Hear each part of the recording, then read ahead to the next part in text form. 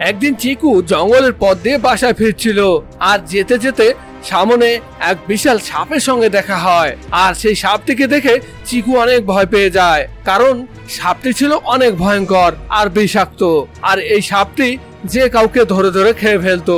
আর এই জঙ্গলে ইয়া বড় সাপ থাকার কারণে ওই পথ দিয়ে কেউ যেত না। এরপর সাপ চিকুকে বলতে থাকে, তুমি যদি আমার হাত থেকে বাঁচতে চাও তাহলে আমার 3টি ধাঁধার সঠিক উত্তর দিয়ে যাও, তবেই তুমি আমার হাত থেকে বাঁচতে পারবে। সাপের কথায় চিকু রাজি হয়ে যায়, কারণ চিকু ছিল অনেক বুদ্ধিমান। এরপর সাপটি তার প্রথম ধাঁধাটি বলতে শুরু করে, হাতে থাকলে সবুজ, মুখে গেলেই লাল। বলো তো ছোট্ট বন্ধুরা, এই সঠিক উত্তরটি কি হবে? তোমাদেরও যদি এই ধাঁধার সঠিক উত্তরটি জানা থাকে তাহলে কিন্তু কমেন্টে গিয়ে এই সঠিক উত্তরটি লিখে আসতে পারো।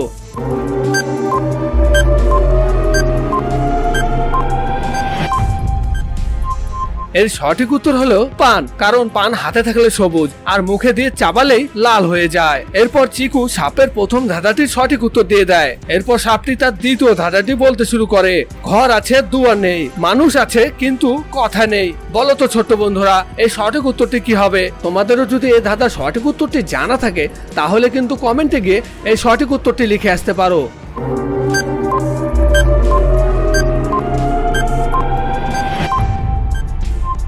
এর সঠিক উত্তর হলো কবর। চিকু সাপের দ্বিতীয় ধাঁধারও সঠিক উত্তর দিয়ে দেয়। এরপর সাপটি তার তৃতীয় ধাঁধাটি বলতে শুরু করে, আর সাপটি বলতে থাকে, কোন গান মুখ দিয়ে গাওয়া যায় না? তো ছোট্ট বন্ধুরা, বলো তো এই সঠিক উত্তরটি কি হবে?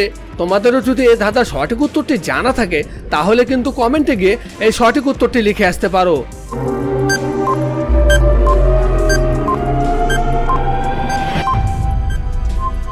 এই সঠিক উত্তর হলো বাগান। এরপর চিকু সাপের 3টি ধাঁধারই সঠিক উত্তর দিয়ে দেয়।